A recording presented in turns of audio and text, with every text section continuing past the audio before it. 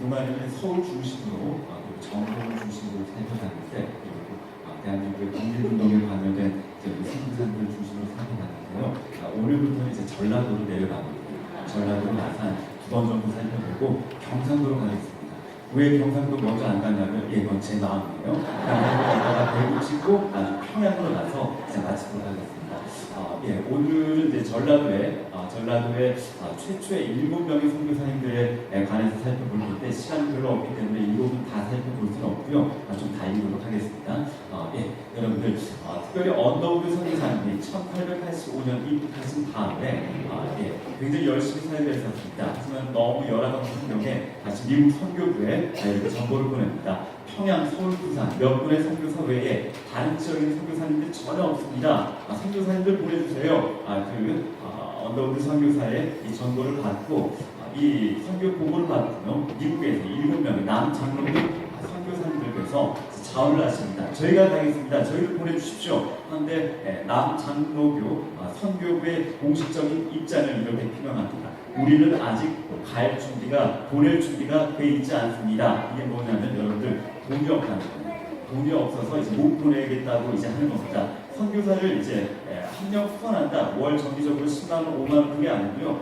이 선교사들을 파송을 하게 되면은 생활비 전체 그리고 또 자녀 양육비까지 다 이제 지원을 해야 되는 거잖아요. 그러다 보니까 아직 우리는 돈이 부족하다 이제 그러합니다. 근데 언더우드 선교사님의 형이 있었습니다. 토마스 존 언더우드 선교사님. 우리가 선교사 열전 두 번째 시간에 살펴봤는데 기억나시죠? 타자기를 발명했습니다. 전에도 타자기가 있었지만 그냥 그 쓰긴 쓰는데 뭘 쓰는지 모르는 타자기예요. 근데 이제 직접 내가 쓰면서 어떤 글을 쓰는지 볼 수 있는 그 타자기를 발명을 했습니다. 지금으로 따지면 여러분들 스마트폰이나 다름없는 거예요. 돈 정말 많이 벌었겠죠. 여기 보면 언더우드 써져 있잖아요. 돈을 많이 벌게 됩니다. 그래서 나중에 형 언더우드가 이렇게 말합니다. 동생 걱정하지 마. 형이 다 보내줄게. 그리고 이 7명을 한꺼번에 조선으로 보내게 됩니다. 그리고 또 선교부에서는요. 이 7명을 모두 다 전라도 지역으로 보내게 됩니다. 그래서 1892년 서울에 도착해서 언어 공부를 하게 되고 이 7명이 이제 전라도 지역으로 내려가게 되는데 여러분들 바로 이분들인데요. 전부 다 살펴볼 수는 없고 여러분들 간략하게만 살펴보겠습니다. 첫 번째 테이트 선교사인데요. 이분이 리넌 그리고 그의 여동생 매트 테이트 선교사인데요. 이 남매는 결혼하지 않고 조사를 오게 됩니다. 그리고 레이놀드 선교사님 굉장히 학구적으로 생겼죠. 성경 번역에 굉장히 큰 기여를 합니다. 그 안에 블링 선교사님이 있고요. 그리고 여러분들 전킨 선교사님 근데 이분은 오늘 살펴보지 않으려고 합니다. 그래서 간단하게만 살펴볼게요. 군산 지역에서 선교를 하셨는데 너무 열심히 해서 이제 선교사님들이 그럽니다. 전킨 너 그러다 죽겠어. 그러면서 20리 밖에 집으로부터 20리 밖으로 이동하지 못하도록 금지령을 내립니다. 근데 나중에 그래도 더 열심히 하고 막 죽으려고 그러니까 죽도록 열심히 하다 보니까 나중에 전투로 파송을 해버리고요. 결국엔 나중에 일찍 목숨을 잃게 됩니다. 한국의 특수병으로 인해서 첫째 아들은 조선에서 태어난 지 2년 만에 전투 땅에 묻게 되고요. 둘째 아들 2개월 만에 또 묻게 되고요. 셋째 아들 20일 만에 이 조선 땅에 묻습니다. 그 마음으로 더 열심히 할 수밖에 없었던 전kim 선교사님의 마음을 아는 장을 살펴봅니다. 그리고 여러분들 이 린니 데이비스 선교사님 처녀의 몸으로 조선으로 옵니다. 이분도 이제 넘어갈 거예요. 간략하게 설명드리자면 이분이 이제 조선 땅으로 이제 오기 전에 어머니가 굉장히 아프셨어요. 위독하셨어요. 그리고 또 홀 어머니셨고 어려서부터 린니 데이비스 선교사님을 굉장히 애지중지 키웠는데 이 어머니가 걱정이 돼서 이제 문제를 나는 거예요. 그러다 나중에 어머니가 말합니다. 린니 일로 와봐. 너 일로 와봐. 너 왜 그렇게 지치하니? 너 표정이 왜 그래? 너 얼른 조선 가. 딸은 그 엄마를 두고 갈 수가 없었어. 엄마 괜찮아. 너랑 나는 나중에 천국에서 보면 되잖아. 근데 조선에서 죽어간 그 영혼들을 어떻게 하려고 그래? 네가 가야지. 그럼 내가 가니? 얼른 보따리 싸고 가. 그렇게 보냅니다. 조선에 도착하고 전부를 듣습니다. 8일 만에 어머니가 소천했다는 이야기입니다. 리니 선교사님도 그런 마음으로 굉장히 열심히 선교 사역을 합니다. 그래서 이게 평균 하루에 80가정을 신방했다고 합니다. 그리고 가장 많은 해에는 한 해 1883명의 어린이들을 전도했다고 합니다. 왜 그렇게 열심히 했을까요? 아마도 천국에서 바라보시는 어머니 앞에 나중에 천국 가서 어머니가 이렇게 떳떳하게 엄마를 만날 거야 그런 마음을 아셨는지 하여튼 조선에 온 지 정확히 10년 만에 1903년 하나님 품에 안기게 됩니다. 7분의 선교사님들 중에서 3분, 전진 선교사님과 그 부부, 그리고 또 리니 레이니 선교사님 오늘 패스하도록 할게요. 자, 본격적으로 살펴보도록 하겠습니다. 아까 보수격이었던 KT 선교사님에 대해서 한번 살펴봅니다. 바로 이분이신데요. 보수처럼 생겼죠. 그리고 지금 요 분이 있어요. 털이 많은. 그리고 지금 여기서 보는 요 분인데 한국 명은 최의덕이라고 합니다. 최의덕, 테이트, 최의덕. 그리고 33년 동안 조선에서 사역을 하는 되시고요. 그리고 78개의 교회를 개척했다고 합니다. 늦다마는 개척했죠. 다음 시간에는요, 아빠는 500여 교회, 아들은 600여 교회를 개척하신 분들을 살펴볼 겁니다. 이거 굉장히 많지만 놀라시면 안 돼요. 그리고 5명의 목사, 그리고 20인의 장로에게 안수를 주었다고 합니다. 전주 서문교회 여러분 들어보셨죠? 전주 최초의 교회입니다. 전주 원래는 서문 박교회입니다. 이 교회를 개척하신 분이고요. 후에 인볼드 선교사와 결혼하고 이분에 대해서도 일단 나중에 살펴보도록 할게요. 하지만 이분도 1910년 자신의 첫 딸을 조선에서 낳게 되는데 낳은 날 그날 하나님 품에 안기게 된답니다. 테이트 선교사님 굉장히 열심히 전주에서 하나둘씩 어린아이들을 전도하게 되고요. 그래서 1893년 전주 서문박교회 은동리교회 최초의 예배당입니다. 여러분 지난번에 말씀드렸죠. 자, 문안교회, 문박교회 차이가 뭐죠? 문안교회는 귀족교회입니다. 양반들 사는 성 안에, 자 성박교회, 문박교회 천민들이 사는 곳이라 그랬죠. 새 문안교회 굉장히 잘 사는 사람들이고요. 문박교회, 서문박교회 굉장히 어려운 사람들이 사는 곳입니다. 그 가운데 점점 1905년 이렇게 일자치 예배당 그리고 나중에는 증축합니다. 기역자치 예배당. 여러분들 기역자 왜 기역자일까요? 아시는 분들은 다 아시죠? 남녀 7세트 동서 어떻게 이거를 남자와 여자가 같이 앉아서 하지? 안돼 그러면서 남자는 이쪽 여자는 이쪽 그리고 장대현 교회도 이 구조였습니다. 그리고 이따가 이 모양의 교회당을 우리가 한번 살펴볼 겁니다. 후에 1935년 2층 벽돌 예배당으로 증축하고요. 후에 계속해서 서문교회가 이렇게 증축이 됩니다. 그리고 그 앞에는요 100주년 기념비가 이렇게 세워져 있다고 합니다. 테이트 선교사님이 세우셨던 서문교회 이야기고요. 하지만 이 시간 본격적으로 여러분들에게 서문교회보다 금산교회 이야기를 하고 싶어요. 여러분 아시는 분들은 아시겠지만 금산교회 특별히 전주 바로 옆입니다. 김제에 있는 교회인데요. 이자영 목사와 조덕상 장로님의 이야기 여러분 다 아시죠? 여러분 한 번쯤 들어보셨을 겁니다. 근데 이 교회, 이 금산교회가 그 테이트 목사님께서 선교사님께서 세우셨던 교회거든요. 이 교회도 마찬가지로 일자형으로 기역자형으로 이렇게 생겨 있습니다. 자 그리고 전도 당시에 김제 최고의 조덕산이라고 하는 사람이 있었는데요. 그 가운데에 이자익이라고 하는 사람이 저쪽 경상도 쪽에서 가난하게 지내다가 나중에 전북 공창시대 오기에는 잘 먹고 잘 살 수 있다는 얘기를 듣고 힘겹게 와서 안녕하세요 어르신 저 종 삼아주세요. 그래서 조덕산의 마부가 됩니다. 근데 테이트 선교사님이 이쪽 지역에 선교를 하셨고요. 후에 교회를 세우게 되시고 이 조덕산이라고 하는 이 분의 집에서 예배당을 이제 열게 되는데 이 두 사람은 열심히 신앙생활을 하게 된답니다. 하지만 나중에 교회가 점점 부흥하게 되고요. 1902년 이 둘은 세례를 받게 되고 집사가 됩니다. 영수가 되는데요. 그리고 1909년 드디어 장로 투표를 하게 됩니다. 후보에 주인이 조덕산과 그리고 마부였던 이자익 이 두 분이 장로 후보로 올라가게 됩니다. 근데 그 결과는요 너무나도 어이없이 머슴이 장로가 돼버려요. 머슴 장로가 딱 됐을 때 사람들은 굉장히 당황스러워합니다. 이거 어떻게 하지? 잠깐만 지금 그 장로가 지금 주인이 아니고 지금 종이라고 그러면 지금 이게 여러분 당시는 신분제 사회였습니다. 유교주의 사회였잖아요. 그렇다 보면 태어날 때 양반이 죽을 때도 양반이고 태어날 때 종이면 죽을 때도 마찬가지였습니다. 하지만 이제 그 종이 그 주인보다 높은 위치에 교회 예배를 드릴 때는요 그 위치에 서게 되는 겁니다. 그때 조덕산 주인은 나중에 올라와서 이렇게 직접 말합니다. 우리 금산교회 성도들은 참으로 훌륭한 일을 해냈습니다. 저희 집에서 일하는 이자익 영수는 저보다 신앙이 훌륭합니다. 여러분들 우리 앞으로 이자익 장로를 잘 섬기도록 합시다. 그를 뽑아주셔서 정말 감사합니다. 이렇게까지 고백을 했다. 너무 대단하죠.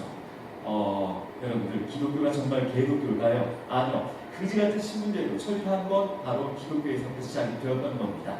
여러분들 그리고 후에 이 이 조덕삼 이 주인도 나중에 후에 투표를 하게 되면 다시 장로가 됩니다. 이제 둘이 장로가 됐죠. 하루는 이렇게 말합니다.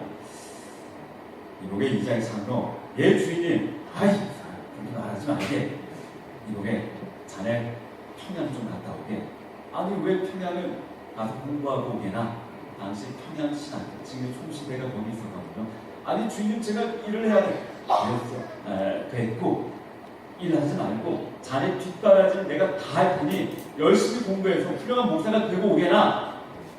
그 후에 이 조덕삼 장로님은요 자신의 종이었던 이자익 나부를 평양으로 보내고 공부를 시킵니다.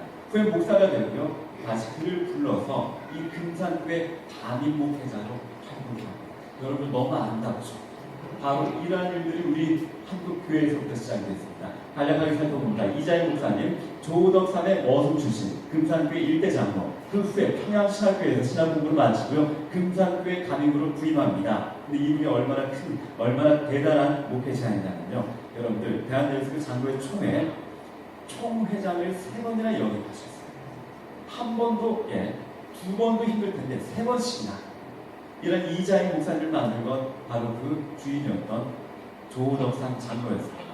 빈대 지주 출신이고요. 그리고 자신의 머슴을 장로로 담임 목사로 겸손하게 끝까지 섬깁니다. 훗날 그의 손자가 국회의원이자 여러분 아시는 분은 아실 거예요. 주1대사였던 조세영 장로님이셨어요. 지금 이제 소천하셨죠.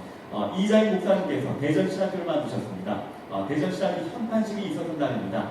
그때 얼마 되지 않아요. 2005년 제가 기억하기로 4월 19일이었습니다. 지금으로부터 12년 전쯤 되는데요. 그 가운데에 이자익 목사 기념 행사를 하게 됩니다. 하지만 바로 이 순간에 조덕삼 장로의 손자 조세영 당시 국회의원이었습니다. 이 장로님과 이자익 목사의 손자 이규환 당시 카이스트 교수였습니다. 대한민국 화학공학의 1인자였거든요. 이 두 손자가 만나게 됩니다.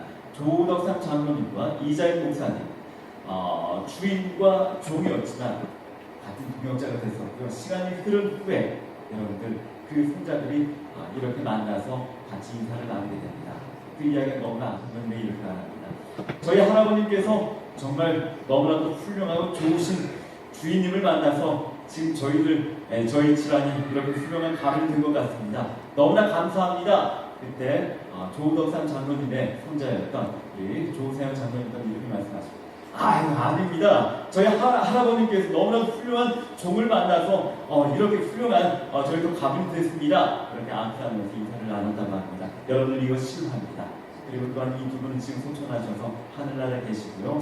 이 할아버지들과 같이 서로 만나뵙게 되면서 얼마나 깊은 이야기를 나누게 될지 한번 상상을 해봅니다. 여러분들 금산교회는 테이트 선교사님이 서문교회를 세웠지만 서문교회보다도 금산교회 이야기를 여러분들에게 해드리고 싶었습니다. 전주 지역에 여행 가게 될 때 서문교회 거기도 가시면 좋겠지만 꼭 이곳 한번 들리셔서 기억자교회 한번 여러분 방문했으면 좋겠습니다. 계속해서 살펴봅니다. 레이놀즈 선교사님, 그러니까 지금 아까 넘어가고 2, 3, 4번을 뛰어넘은 거예요. 시간 관계상. 자, 이 레이놀즈 선교사인데요. 완전 잘생겼죠. 완전 학구적으로 생긴 것 같습니다. 바로 이분이시고요. 그리고 또 바로 여기 이룰서. 한국명으로는 이룰서라고 하는데 레이놀즈입니다. 햄번 시드니 대학 수석으로 졸업했고요. 유니온 신학을 졸업했습니다. 그리고 신학 박사이자 문학 박사 공부를 잘했나봐요. 그리고 히브리와 헬라어, 라틴어, 불어, 독어 등에 탁월합니다. 그럼 이쯤 되면 우리가 어떤 사역을 했을지 추측이 가능합니다. 성경 번역을 했겠죠. 당시에 조선에 성경 번역이 되어 있었습니다. 특별히 일본에서 이수정, 그리고 또한 만주에서 존 로스 선교사님께서 이렇게 마가복음과 신약 성경을 번역을 했습니다. 하지만 구약 성경은 없죠. 예, 그렇습니다. 이 레이놀즈 선교사님이 언더우드와 그리고 게일과 동시에 같이 이제 구약 성경을 번역하기 시작합니다. 근데 구약 성경은 신약 성경보다 거의 3배, 4배가량 분량이 많습니다. 참 나는 어려웠을 것 같아요. 그 가운데에 복잡도 안 합니다. 솔직히 구약 성경의 대부분은 레이놀즈 혼자 다 번역한 거랑 다름이 없다고요. 근데 여러분들 아까 우리 살펴봤지만 히브리어, 헬라어, 라틴어, 독어, 불어 참 언어에 탁월했습니다. 하지만 문제는요.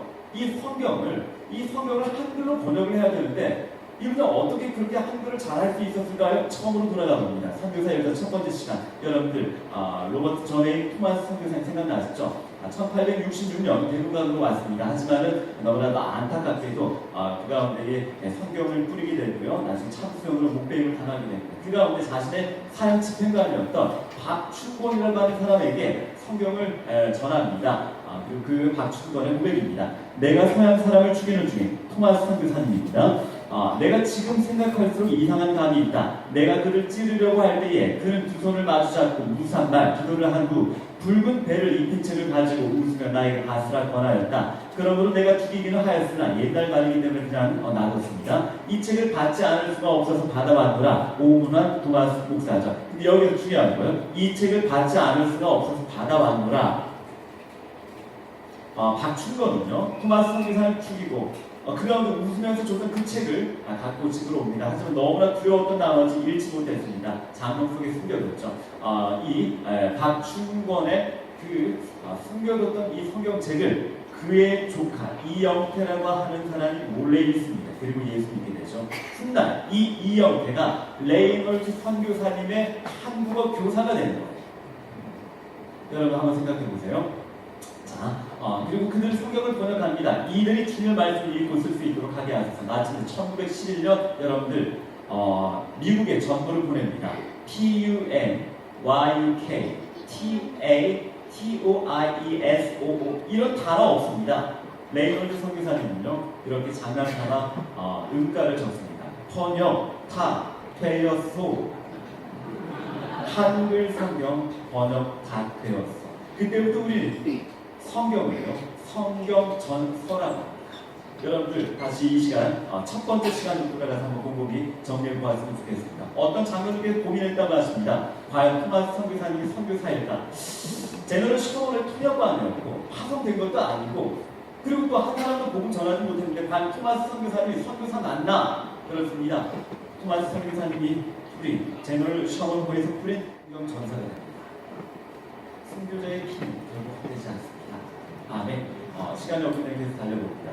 레이놀드 선교사님 어떻게 그렇게 열심히 선교사를 할 수 있었을까요? 오늘은 7분, 대략 5분 정도 살펴봐야 되기 때문에 좀 달리는 거예요. 첫 번째 아들, 그 첫째 아들 잘 안 보이시죠? 지금 양화진 선교사 묘원에 이렇게 안치가 되어 있습니다. 1893년에 태어났는데요. 1893년 같은 해 이 땅에 오셨던 선교사님들 열과 성을 다해 그들의 목숨을 바쳐 이렇게 헌신할 수 있었던 이유 다른 데 있지 않습니다. 그들의 아내가, 그들의 자녀가, 그들의 남편이 이 땅에 누워있기에 훗날 저 천국에 가서 그들을 다시 만나 배울 때 부끄럽지 않는 모습으로 만나고자 그렇게 열심히 사역했었던 건 아닐런지 한번 추측해 봅니다. 여러분들 이어서 잉골드 선교사님 살펴봅니다. 아까 그 7분 중에 있었던 분은 아니에요. 그분들 7명 중에 의사는 없었습니다. 나중에 8번째로 여자 의사가 오게 되는데요. 잉골드라고 합니다. 근데 나중에 아까 우리 보스였던 테이트 선교사님과 눈이 맞아요. 그래 나중에 결혼을 하게 됩니다. 잘 됐죠. 축하해 줘야 돼요. 잉골드 선교사님, 자 볼티모어 여자 의대 수석으로 졸업했습니다. 잠깐만요. 볼티모어 여자의대. 지금은 다른 이름을 쓰고 있습니다. 볼티모어 여자의대. 지금의 이름은 존스 호피스 의대입니다. 전 세계에서 1순위도 아니에요. 0순위 의대입니다. 그러니까 지금 조선에 하나님께 보내주셨던 선교사님들은요, 그냥 그저 그렇고 그러신 분들이 아니라 최고의 인재들, 최고의 수재들, 천재들을 보내주셨던 거예요. 그 가운데 이론과 실기 두 분야에서 모두 수석으로 최고점으로 졸업했다고 합니다. 개교 이래 최초의 기록이라고 합니다. 이분이 재물포항으로 입국해서 결혼하시고요. 나중에 전주 예수병원을 세우십니다. 전주 예수병원. 오늘은 이 예수병원에 관해서 좀 더 자세히 살펴보고자 합니다. 전주 예수병원 프레즈버티어리언 메디컬 센터. 근데 사람들은 그렇게 어디 가요? 그래서 예수병원, 그냥 야소병원 그렇게 불렀다고 합니다. 전주 예수병원. 이 가운데 마틴 잉골드 테이트 선교사님도 1910년 자신의 딸을 먼저 이 땅에 묻고 사역을 하셨습니다. 아까 전긴 선교사님 첫째, 둘째, 셋째까지 그리고 자신의 몸까지 그리고 또 여러분들 우리 이 땅에 오셨던 선교사님들 바보같이 와서 아니요 그런 각오를 하고 오셨던 거예요. 죽을 각오를 하고 이 땅 가운데 오셨습니다. 오늘은 예수병원에 관해서 조금 더 살펴보도록 하겠습니다. 전주 예수병원 이런 모습이었고요. 당시 이런 건물 대한민국엔 없었습니다. 지금 현재 모습이고요. 여러분들 그 가운데 이 병원에서 사역하셨던 이제 원장님들만 간략하게 살펴볼 텐데요. 헤론 선교사님, 테네시 의대 개교일의 최고의 점수로 졸업을 하시고 대한민국에 오셔서 5년 만에 사역을 하시다가 그렇게 하나님 품에 안기셨죠. 그리고 에비슨 선교사님, 그분은 토론토 의대 교수였습니다. 다 포기하고요, 오히려 조선에 와서 재중원에서 일하셨죠. 그 이외에도 조선에 하나님께서 보내주셨던 의사 선생님들, 당대 최고의 의술을 가진 사람들이었습니다. 그래서 그런 건 아닐까요? 여러분들, 대한민국에서 가장 자랑할 게 있다고 합니다. 외국인들이 뽑는 거예요. 의료보험, 전 세계에서 가장 잘 돼 있다고 합니다. 바로 그런 이유 때문 아닐까요? 미국에서도 잠깐 손목이 삐끗해서 엑스레이 찍습니다. 치료한 게 아니고요, 한 화로 60만 원 정도 검사 비로만 그렇게 내야 된다고 합니다. 우리 교회 청년 중에 정치의 자매가 있습니다. 미국 놀러 갔는데요, 갑자기 복막염, 맹장이 터져서 거기서 응급실에 가서 치료를 받게 되면 5천만 원 정도가 든답니다. 그냥 목숨 걸고 그 가운데 대한항공 다시 타고 올라와서 보라미 병원에 치료 받았는데요, 정말 죽을 각오하고 돌아왔다고 합니다. 여러분, 대한민국 살기 좋은 나라입니다. 특별히 여러분들 예수병원 원장 중에서 폴 크레인 박사 한번 살펴보겠습니다. 방송실 준비된 영상 좀 보여주시기 바랍니다. KBS 그 기획 특집인데요, 린튼의 사람들 이야기인데 여러분들 보신 분들도 있을 겁니다. 우리 잠깐 한 4분 정도 되는 짧은 영상 우리 잠깐 보고 진행을 하도록 하겠습니다. 다음 시간에 살펴볼 이제 유진벨, 목포에서 활동했었던 이제 선교사님이시고요.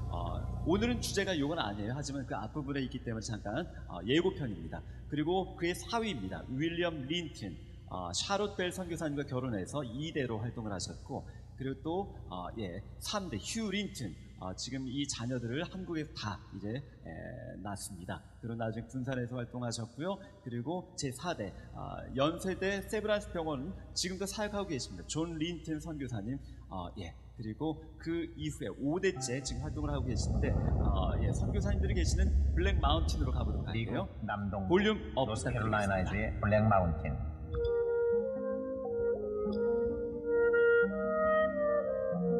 호수를 끼고 있는 이 작은 마을은 미국 남장로교의 은퇴한 선교사들이 모여 사는 선교사 마을이기도 하다.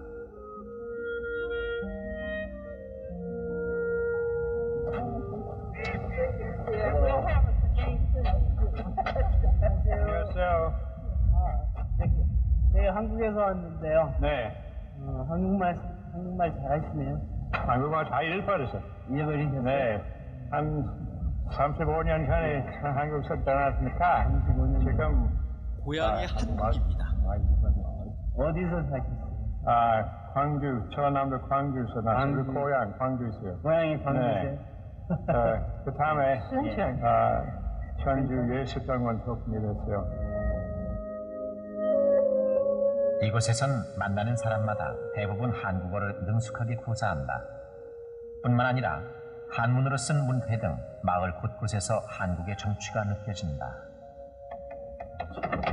안녕하세요. 어디서 오셨어요? 서울에서 왔습니다. 예, 서의필입니다. 서머빌 박사님이시죠? 예, 그렇습니다. 들어오세요. 고맙습니다. 집사람. 한국에서 온 취재팀을 반갑게 맞는 이 마을 사람들. 하촌이란 호까지 가진 서머빌 박사.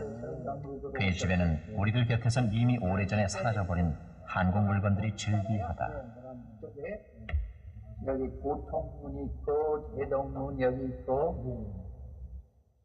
한국에 오래 계셨어요? 네, 오래 소감했었습니다. 예, 저희 서울에서 여러분 이분을 잘 보셔야 돼요. 네, 이 할아버지를 잘 보셔야 됩니다. 폴 크레인, 전주 예수병원 전 원장님이시고 하와이 사람이죠. 아이고, 별 말씀을 다 하시네. 어디에 순천에서 사셨습니까? 네, 어렸을 때 있었습니다. 어렸을 때요? 어렸을 때 학교 다니고 고등학교까지. 학교 댕겼대요. 말투가 여기 사투리가 한국에서 사는 수수합니다. 동안 화가였던 크레인 씨 어머니는 1900년대 초 한국의 풍경들을 그림으로 남겨놓았다. 예산등, 여기 저 여수 연수왕. 이칸물 아직 남아 있습니다.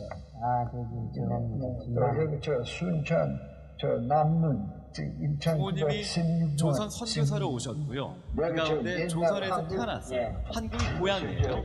그리고 다시 미국 와서 공부를 하고 그 뒤를 이어서 다시 한국에 평생을 사역하다가 이제 다시 한국에 대해 은퇴해서 대단한 애착을 보이는 고국으로 이 돌아올 마을 때 사람들은 주로 한국에서 전라도 지방에서 활동했던 가졌었던 이제 그 선교사들이다. 기념품들을 갖고 왔던 이제 그 또 하나의 모양 공통점은 모습입니다. 당시 한국에선 유일한 외국인 교육기관이었던 평양 외국인 학교 출신들이라는 점이다.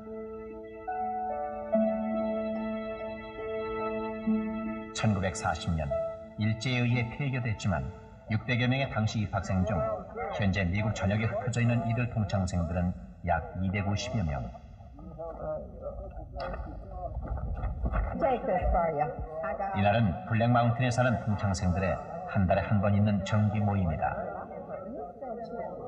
said she had a little of this color before. She thought the washing machine.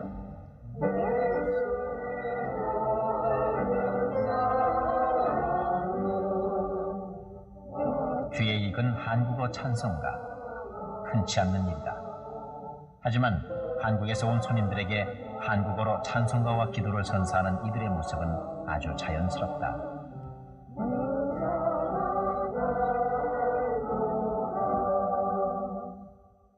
우리가 모이면서 한국 나라에 대하여 많이 기억하고 하나님께서 이날 모인 곳은 린퉁가. 그런데 이 린퉁가의 한국과의 인연은 아주 특별하다. 감사합니다. 여러분들 아까 우리 봤었던 이제 그 영상에 나왔던 할아버지 중에서 요 폴 크레인 선교사님에 관해 좀만 더 자세히 한번 살펴보도록 하겠습니다. 폴 크레인 선교사님, 전주 예수병원에서 이제 그 원장님을 하셨고요. 굉장히 잘생기셨죠.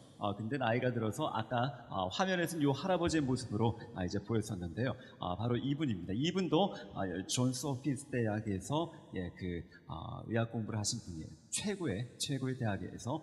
그리고 나중에 그 이분도 여기 보면은요, 1963년 자신의 이제 자녀를 다시 1966년 3년 만에 이 조선 땅에 묻고 사역을 하기도 했습니다. 의사지만은 그래도 자신의 자녀를 구할 수는 없었나 봐요. 그리고 또 이 사진 보면 폴 크레인 선교사님인데요. 지금 이 분이 이승만 대통령입니다. 영부인이고요. 다시 대통령이 방문할 정도의 병원이면 어떤 병원인지 아시겠죠?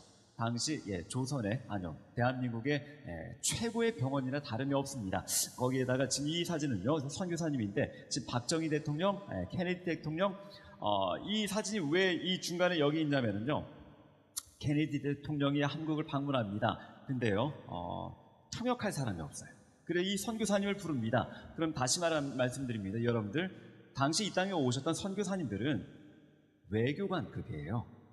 그렇게 보셔야 돼요. 일례로 여러분들, 강승삼 교수님이라고 총신대학교 선교대학원 제 교수님이신데요. 근데 이분이 14년 동안 나이지리아에서 선교사 활동을 하셨습니다. 그러면서 저희 직접 가르쳐 주실 때 이 얘기를 직접 하세요. 하루는 청와대에서 전화가 왔다. 대통령이 간다고 하니까 나이지리아 대통령하고 이제 면담을 하는데, 그 정상회담을 하는데 와서 통역 좀 해달라. 그래서 요 분이 가셔서 당시 그 대통령하고 했다고. 그러면서 굉장히 머쓱합니다. 당시 대통령이 전두환이었어. 이제 그러면서 굉장히 부끄러워하시더라고요. 그럴 필요까지는 없는데. 근데 여러분, 그 참고로 말씀드리면 부산 풍성한교회 김성곤 목사님 외삼촌이죠. 외삼촌이세요. 다시 여러분들에게 말씀드리자면 당시 이 조선에 오셨던 선교사님들은 외교관급이었어요. 그만큼 인재들이었고요. 근데 1964년 이 예수병원에 한 소녀가 들것에 실려서 오게 됩니다. 근데 이 들것에 실려온 소녀, 당시 배경을 한번 말씀드립니다. 6.25 이후에 폐허가 된 때였습니다. 먹을 게 없었고 너무나 굶주렸던 그때였죠. 이 폴 크레인 선교사님이 이 여자아이, 7살 난 이 꼬마 아이의 배를 개복해 봅니다. 여러분들, 이게요, 기생충이에요. 이 여자아이는요, 7일 만에 목숨을 잃습니다. 폴 크레인 선교사님, 이 기생충 일일이 다 세봅니다. 다 세시고요, 1063마리입니다. 이 사진을 찍고요, 전 세계로 보냅니다. 보십시오. 이게 한국 여자 꼬마 아이 배에서 나온 기생충입니다. 한국을 도와주세요. 그렇게 전 세계에 편지를 보냅니다. 여러분들 지금도 아프리카에서 굶어 죽어가는 우리 어린이들 많이 봅니다. 그들은요 삐쩍 말랐는데 배가 되게 많이 불룩 나왔죠. 왜 그럴까요? 복수라고 합니다. 기생충 때문에. 여러분 연갓이라고 하는 영화 생각나시죠? 목이 마르면 계속 물을 먹죠. 나중에 배가 터져 죽죠. 그런 겁니다. 여러분들 그러면서 당시에 보건복지부의 기록을 살펴봅니다. 1960년 우리나라 국민의 95% 이상입니다. 기생충에 감염된 상태였고요. 나중에 64년 이때 아까 그 폴 크레인 선교사님이 기생충 예방 운동을 해야 된다. 그 폴 크레인 선교사님이 하셨던 거예요. 그리고 나중에 이 법이 공포가 됐고요. 나중에 1968년에 집단 투약 사업이 실시가 됐습니다. 그리고 여러분들 장 목사가 초등학교 때예요. 서울은 어땠는지 모르겠어요. 제 초등학교 때 매 학기마다 가장 힘들었습니다. 체변 봉투. 그게 뭐죠? 우리 청년들하고요, 우리 학생들에게 아무리 설명해도 이해를 못하더라고요. 그렇습니다. 그 변을 받아가는 거죠. 그리고 나중에 갖다 주면은요, 학교에 갖다 주면 한 일주일, 보름 후에 장영진, 구중할, 세알 그런 식으로 이제 학생들 번호를 불러가면서 다 나눠줍니다. 여러분들. 근데요, 그 체변 검사 아니었으면 우리 죽었습니다.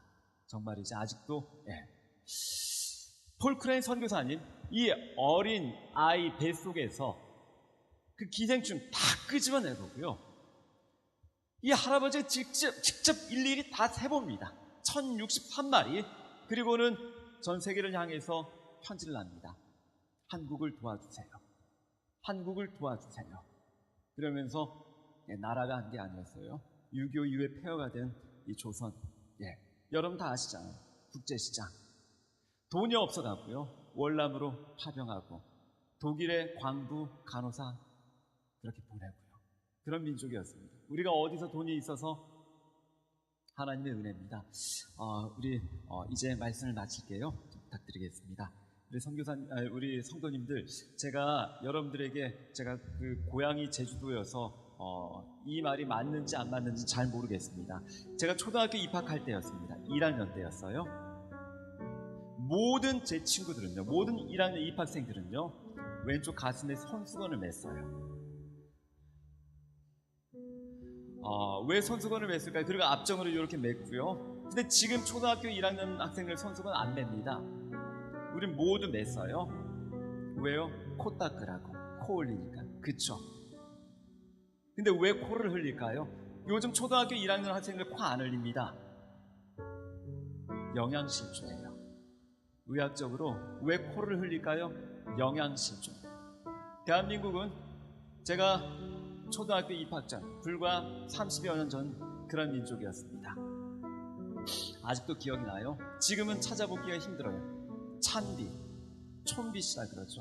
그 빛 촘촘합니다. 뭐 했죠? 긁어서 이를 잡죠. 그리고 나중에 손톱으로 이렇게 띡 하고 띡 소리 내면서 까죠.